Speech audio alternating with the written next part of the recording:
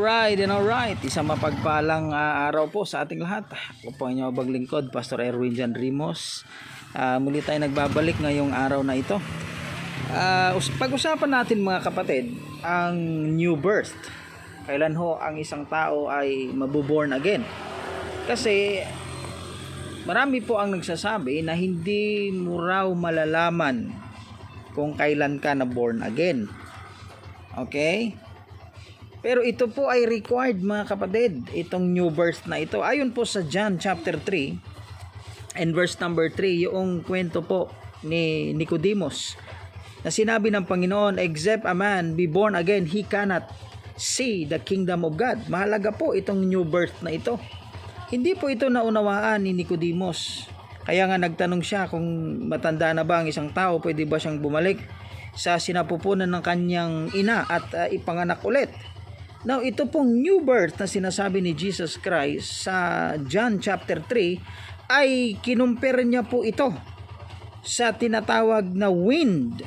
Ayon po sa verse 8 ng John chapter 3. The wind bloweth where it listeth, and thou hearest the sound thereof, but canst not tell where it cometh, and whither it goeth. So it is everyone that is born of the Spirit.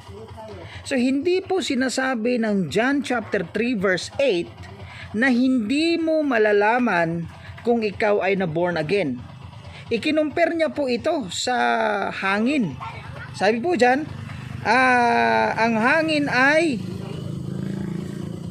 bloweth. Ibig sabihin, merong ihip ng hangin. Hindi mo makikita yung ihip ng hangin. Hindi mo makikita mismo yung hangin. But you can tell na meron pong hangin. Ayan, sa likuran ko, gumagalaw po yung mga dahon. Hindi ko po nakikita ang hangin. But I can say na umihip po ang hangin sapagkat meron pong evidence of movement. Okay, meron pong physical evidence. Okay?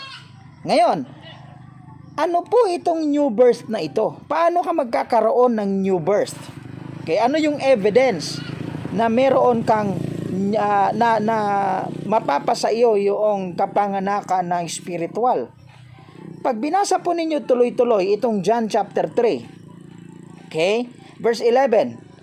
Sige, puntahan natin. Verily, verily I say unto thee, we speak that we do know. Sinasabi natin kung ano yung alam natin.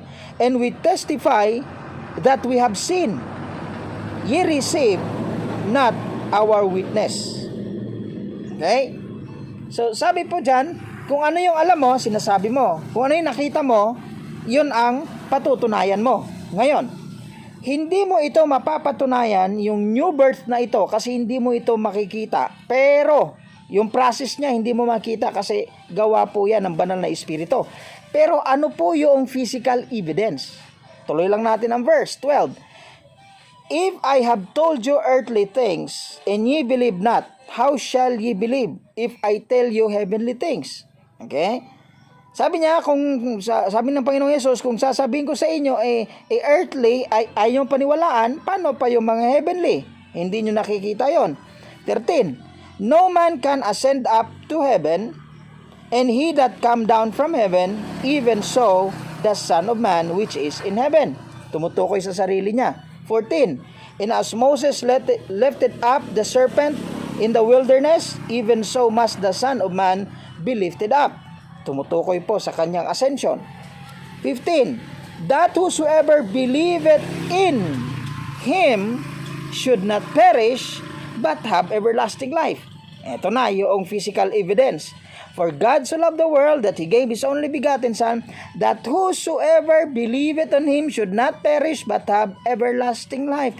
Yung new birth po pala ay connected doon sa everlasting life na kung saan makukuha mo kung ikaw ay sasampalataya. Yun na po yung physical evidence. Pag ikaw ay sumampalataya sa Panginoong Hesus, mapapasayo ang buhay na walang hanggan. Bakit? Kasi ikaw ay mabuborn again. Kaya sabi po ng John 1:12, kapag tinanggap mo ang Panginoong Hesus, magiging son of God ka. Yung process ay hindi mo makikita kasi spiritual yon, the Spirit.